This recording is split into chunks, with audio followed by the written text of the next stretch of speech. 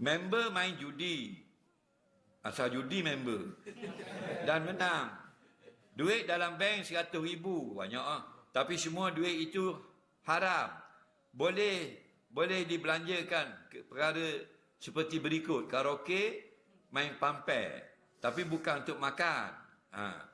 Dan katanya belanja kawan dia jatuh dosa juga ke? Wahai ustaz yang handsome. Ini awet kan? Baik. Kawan dia ni ada duit judi. Ratus-ratus ribu lah. Contoh lah. Dah ia gedok tak tahu. Kawan dia kata tak boleh makan. Kawan dia kaki judi. Faham? Menang duit judi online. Faham?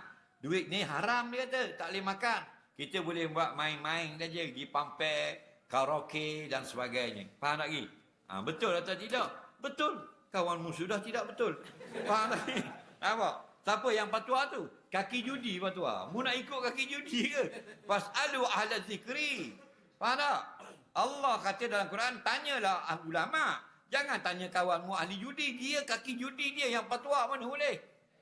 Melainlah kaki judi itu dia mufti. Boleh tahan kira. Kawanmu hak main judi ni mufti ke tak? Dia memanglah bila kita buat salah, kita kabarlah boleh. Begitu begini kita pandai konak. Orang buat salah dia gitulah.